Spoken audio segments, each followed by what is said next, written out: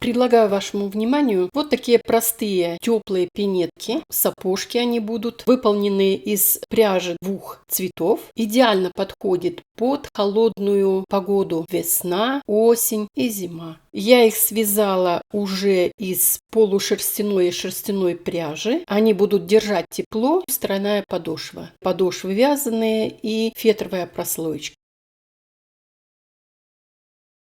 Здравствуйте, уважаемые подписчицы и гости моего канала. Предлагаю вам пинетки-сапожки для холодной погоды. Думаю, что малыш будет себя чувствовать комфортно. Это ранней весной, глубокой осенью или зимой, так как они выполнены из полушерстяной пряжи. Двойная верхняя часть, тройная подошва, 2 связанных и фетр внутри. И верхняя часть связана плотно. Сразу замерю.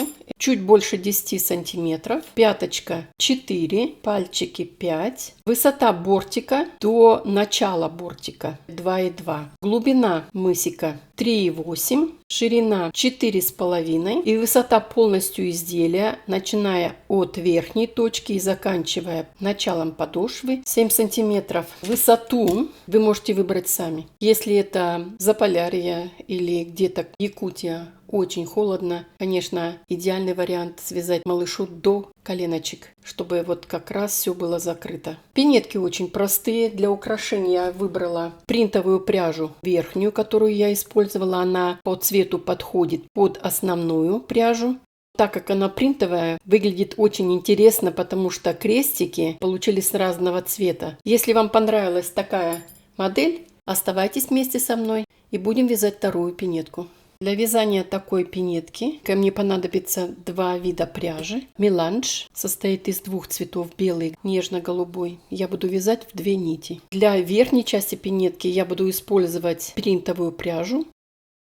Здесь написано носочная пряжа, в 50 граммах 210 метров. И вот здесь написано очень мелко: 75% шерсть и 25% полиамид. Также мне понадобятся ножницы. Крючок номер 2. Этим крючком я буду вязать нижнюю часть пинетки. Крючком меньшего размера я буду прятать остатки пряжи, подбирать очень тонкую петлю и так далее. Так как эта пинетка комбинированная, то, соответственно, мне понадобятся и спицы. Спицы я взяла 2 видов. Спицы чулочные. У меня спицы укороченные. Одни спицы на 2,5 и одни спицы на 3. Спицами 2,5 я буду набирать, как раз это первый ряд, будем так говорить, для того, чтобы петли были не очень широкие. Спицами номер 3 это будет вязаться полностью вверх пинетки резинкой 1 на 1. 2 маркера для того, чтобы наметить переднюю часть пинетки. Фетр, это прослойка между 2 вязаными подошвами.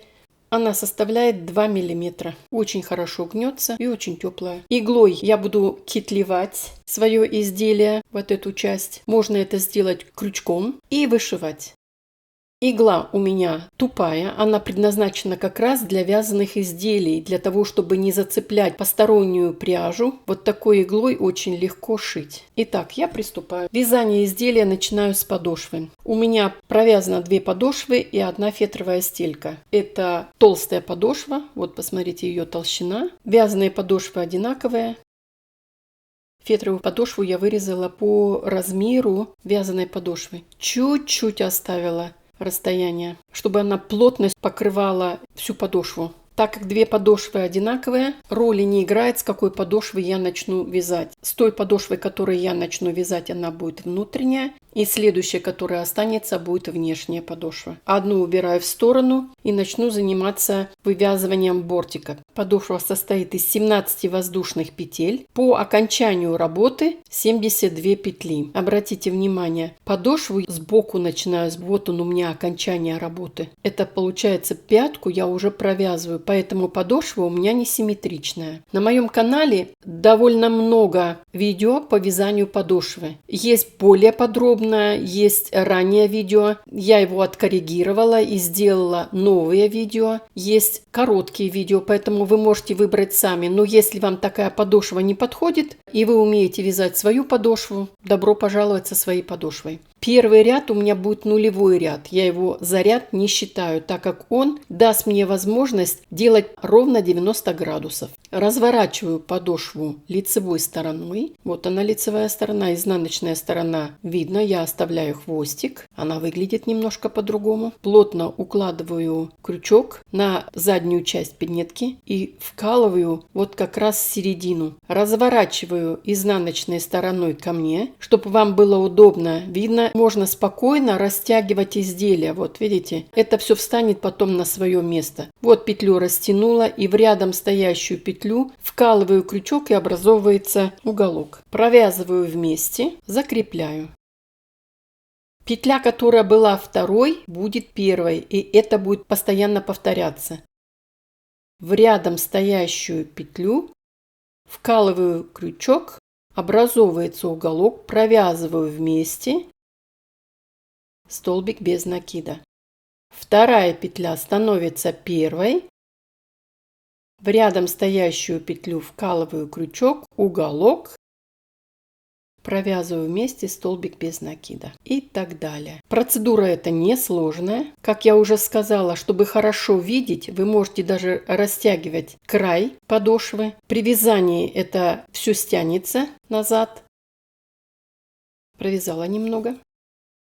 Немножко растягиваю, расправляю. Если обратить внимание, то здесь появляются стежки, и они все одинаковые. Это значит, что я каждую петлю провязываю. Если стежок будет шире, то значит одна петля потерянная. Разворачиваю на бортик вот таким образом, чтобы было видно. Здесь у нас образовываются открытые петли. Вот эти петли как раз буду использовать для привязывания второй подошвы. Разворачиваю изделие на лицевую сторону. Вот это будет как раз у нас внутренняя сторона. И я готовлю вот этот нулевой ряд для того, чтобы приступить к вязанию бортика. А значит, соответственно, петли тоже открыты. Их должно быть также 72 петли. Я провяжу этот нулевой ряд самостоятельно и покажу вам следующий этап работы. Я провязала нулевой ряд. Вот видите, как все это пока стянуто. Это все расправится. И вот обратите внимание, я провязала последнюю петлю, и у меня на вот изнаночной стороне нет ни одного пропуска. Все петли провязаны. Теперь соединяю. Первую петлю делаю соединительную.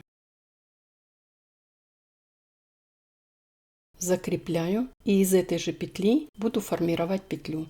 Столбики без накида. Бортик состоит из 6 рядов. 5 рядов буду вязать без изменения. 6-й заключительный ряд на мысе в центральной части буду убавлять 4 петли для того, чтобы мыс был не прямой, а закругленный. Вот так.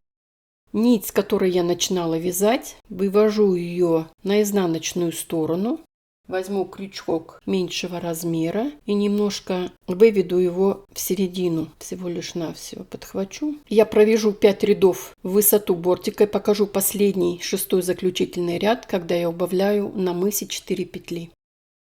Достаточно, вот так. Итак, я связала бортик, состоящий из 5 рядов. Бортик состоит из 6, я уже говорила. И я приступила к вязанию последнего 6-го ряда моего бортика. Маркерами я отметила центральные 20 петель. Петли под маркерами в работе не участвуют. Это открытые петли от маркера до маркера. Классическим способом я складываю пинетку по началу вязания подошвы. Вот эта косичка, видите, ровненько. И отмечаю с двух сторон по 10 петель. Вот сейчас посмотрим, ровненько ли я сделала. Да, я сделала ровно. Получается с одной стороны 10 и с другой стороны 10. Теперь я буду убавлять в последнем 6-м ряду 4 петли для того, чтобы закруглить мысик. Я уже приступила к вязанию 6-го ряда, и у меня остается несколько петель до маркеров. Довязала до маркера, маркер снимаю и петлю под маркером провязываю столбиком без накида.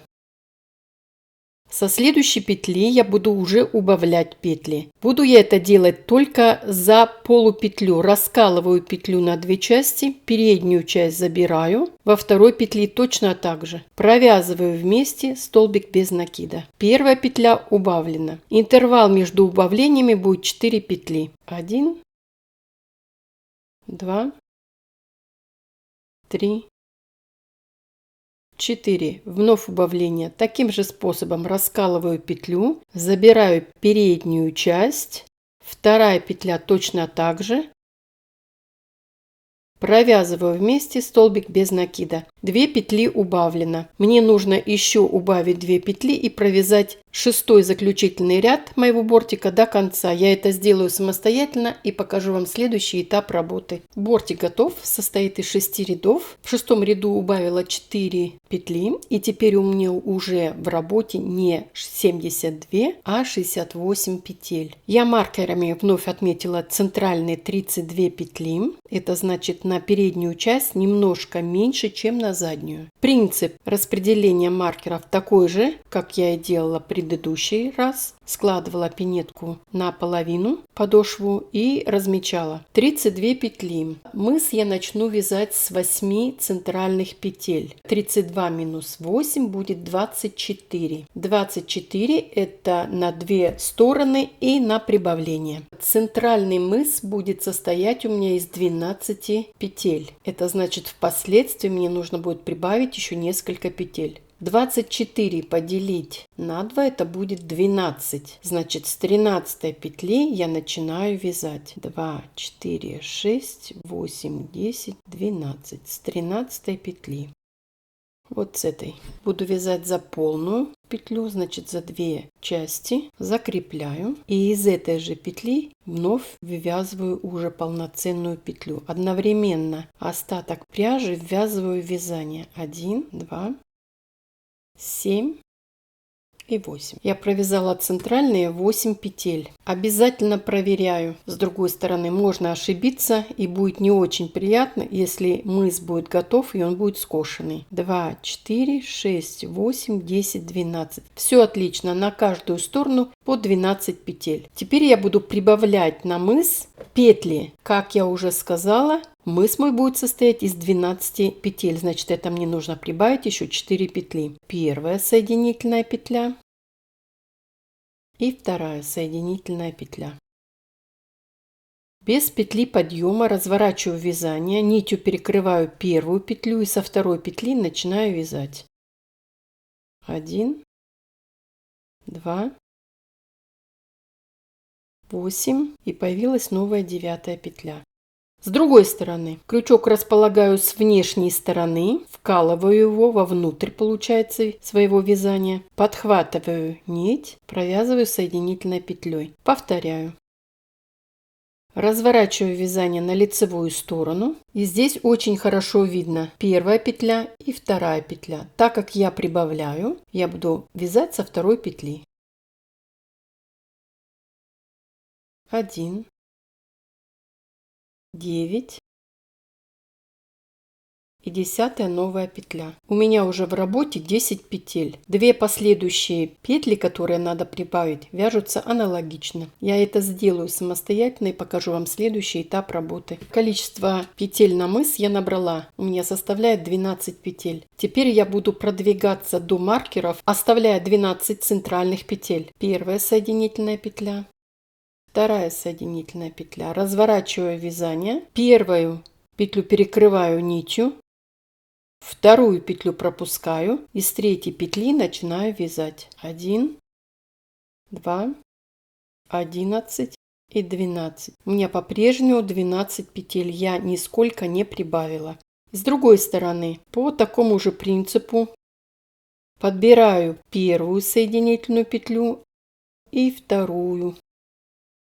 Разворачиваю вязание на лицевую сторону. Как уже показывала ранее, первая петля, вторая петля. С третьей петли начинаю вязать. Этим самым я не прибавляю центральные петли. Я планирую оставить по-прежнему 12 петель. Вот уже вырисовывается мысик, и у меня с каждой стороны осталось 6 петель. 2, 4, 6. По такому же принципу я провяжу еще 2 ряда, и когда у меня останутся с каждой стороны по 4 петли, я вам покажу следующий этап работы. Ну вот, осталось с каждой стороны по 4 петли, это будет немножко по-другому. 2 соединительные петли, разворачиваю вязание, делаю накид, пропускаю первые 2 петли с 3 петли провяжу полустолбик. До предпоследней петли столбики без накида. 11 петля и 12 петля будет полустолбик. Этим самым я хочу немножечко сделать закругление. С другой стороны 2 соединительные петли. Разворачиваю вязание. 2 петли пропускаю и первая петля полустолбик. Все точно так же. Так мне нужно сделать до конца. Для того, чтобы вот с этой стороны края были не полностью ровные, а немножко закругленные. Вот они, видите, чуть-чуть. Я не хотела делать больших дырочек, не хотела делать столбики с одним накидом, поэтому сделала только легкие закругления. Этого, я считаю, достаточно для того, чтобы малышу было комфортно, тепло и не было нигде дырочек. Я провяжу это до конца маркеров. Эта процедура повторяется, и покажу вам следующий этап работы. Ну вот, переднюю часть связала, бортик готов. Теперь нитками пряжей голубого цвета я вязать больше не буду. Я приступаю к вязанию голенища принтовой пряжи. У меня принт. И перехожу на спицы. Крючком я уже больше пока вязать не буду. Верхнюю часть я буду вязать только спицами. Для этого разворачиваю вязание с пятки, как я вязала, и беру спицы меньшего размера, у меня 2,5. Вот у меня хвостик, и я буду набирать за заднюю часть. Переднюю я оставлю как фарватер, а заднюю я буду использовать. Вот со спицы соскальзывает пряжа, можно тогда сделать это крючком. У меня середина вязания будет, я наберу сначала 6 петель и потом перейду на 12. У меня должно быть 48 петель, на каждую сторону по 12 петель. Это значит на переднюю 12, на заднюю 12 и на боковинке по 12. А так как я начинаю ровно с середины, то я сначала наберу 6 петель, перейду на боковинки.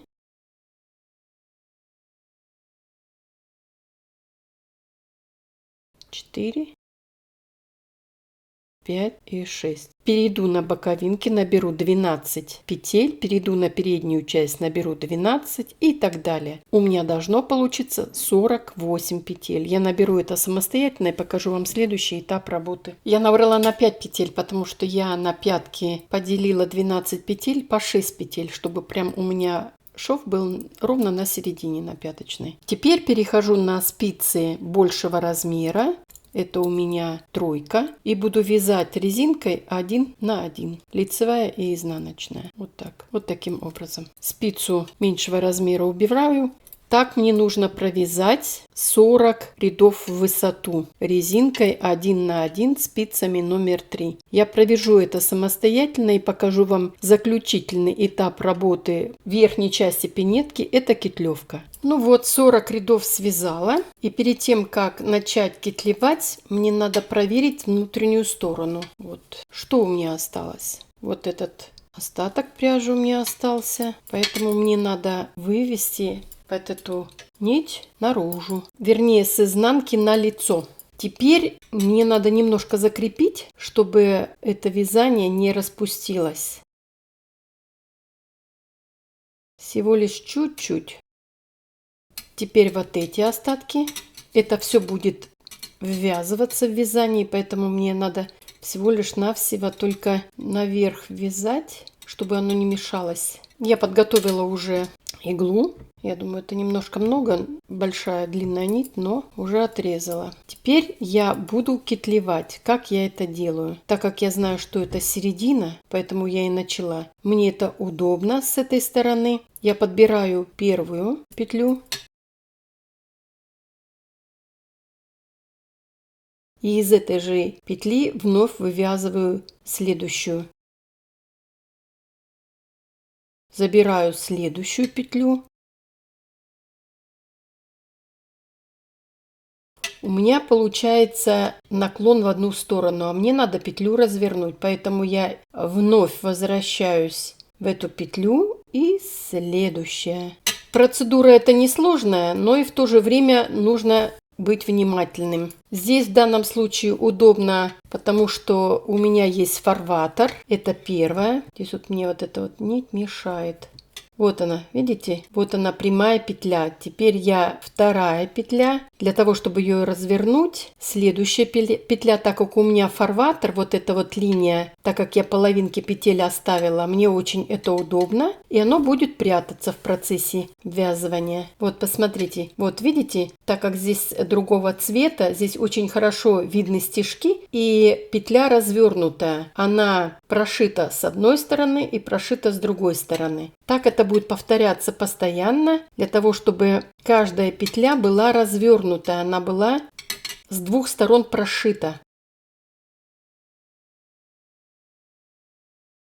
Вот видите, ее развернула в одну сторону. А теперь мне ее надо развернуть, чтобы она повернулась в другую сторону, а значит, чтобы она легла ровненько. Процесс это несложный, но немножко трудоемкий, потому что надо прошить одну петлю 2 раза. Это, во-первых, надо прошивать не затягивая, так сказать, чувствовать нить. Но выглядит очень хорошо. Вот, видите?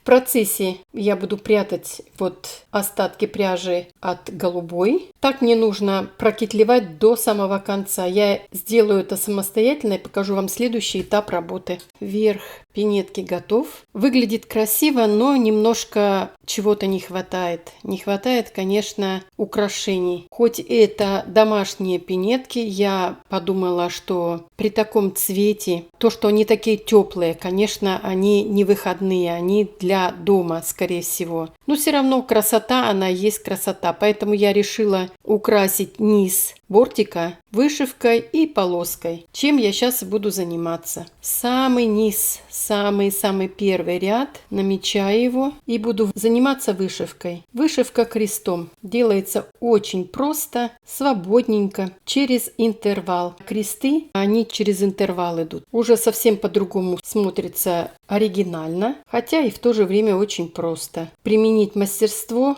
и украсить изделие. Вязание крючком, оно придает как канву. Вот по этим дырочкам очень легко ориентироваться, не надо ничего намечать, очень хорошо видно. Делаю крестики объемными, не затягиваю, делаю свободную вышивку пряжа, она распушится и будет вот выглядит вот именно вот так красиво и объемно. Я провяжу это до конца и сформирую полосочку. Полоску я вам покажу после того, как я закончу крестики. Крестики провязаны, приступаю к вывязыванию полоски. Полоски это еще проще, чтобы не было интервалов, у меня была сплошная полоска. Теперь уже в каждую я буду. Это обыкновенное шитье. Получается как бы уже намечено. Есть дырочки. Важно, чтобы игла была не острая, чтобы она ничего не зацепляла и не было осложнений, так сказать, вытягивания иглы с нитью. Поэтому все очень просто. Очень красиво смотрится. Дизайн можно выбрать самим. Это ваше собственное решение, как вы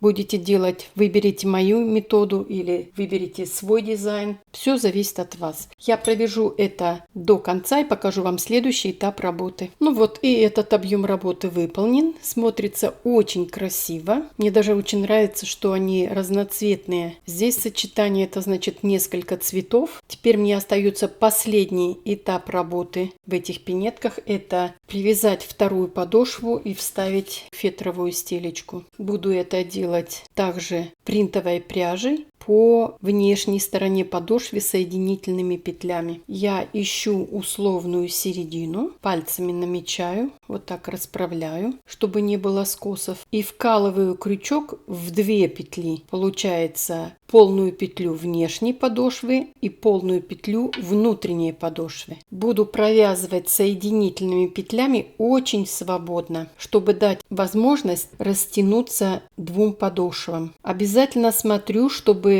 было 2 полных петли. Толщина платформы везде была одинаковая.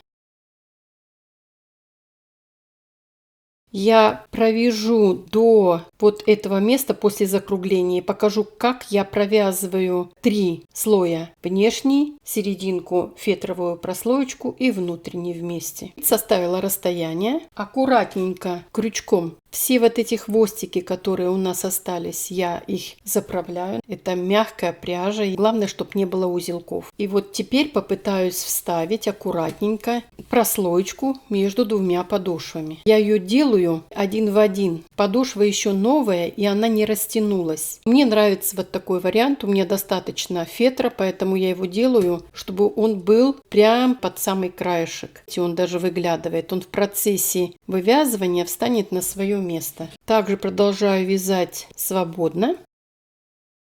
Вот таким образом. Я провяжу это до конца и покажу, как я прячу остатки пряжи. Вот как я их заправляю вовнутрь. Вот у меня остались два окончания, начало и окончание вывязывания. Аккуратненько вот так пальцами расправляю. Теперь я их выведу в одну сторону, вот сюда. Заворачиваю вязание, и чтобы видеть точку, крючком буду искать, вот где у меня находятся вот эти остатки пряжи. Вывожу их вовнутрь.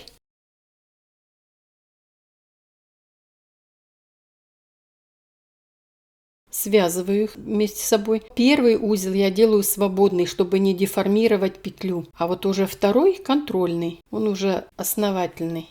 И распределяю между внутренней подошвой и фетровой стелькой вовнутрь, в разные стороны.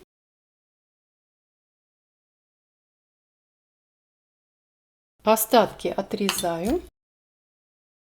И расправляю вязание. Вот посмотрите, что получилось. Великолепная домашняя обувь, домашние сапожки. Вот она пара, очень хорошо смотрится, очень теплые, очень мягкие, очень удобные. Теперь хочу вам сказать про сложность. Если делить по шкале сложности, то они далеко не простые. Выглядят они очень просто и оригинально, но я хочу предупредить начинающих вязальщиц, что здесь много вещей, которые нужно предварительно научиться. Первое – это подошва. Подошва считается не очень простой, так как здесь нужно считать петли. Подошва состоит из комбинированных петель. Это значит столбик без накида, полустолбики и столбики. Вторая сложность – это вывязывание вот передней части. Почему это получается сложно для некоторых людей? Для меня это загадка. Я пока не могу найти объяснения, хотя я пробую очень досконально объяснить. Но не все почему-то это могут. Третья сложность – это комбинированное вязание. Это когда сочетание крючка и спиц. Значит, надо уметь уже вязать и крючком, и спицами. Четвертая сложность – это кетлевка. Кетлевка, она немножко трудоемкая, но она по принципу, если понять кетлевание, она несложная. Поэтому я обращаюсь к тем людям, которые с интересом посмотрели мое видео и захотели связать. Я очень рада, и мне очень приятно будет, что вы находите это интересным. Я могу охотно ответить на ваши вопросы. Я благодарю людей, которые посмотрели это видео. Благодарю мастериц, которые участвовали в этом процессе и вязали со мной. Для меня вторую пинетку, а для вас первую пинетку. Я желаю вам мира, добра, терпения. Будьте здоровы. До следующих встреч. До свидания.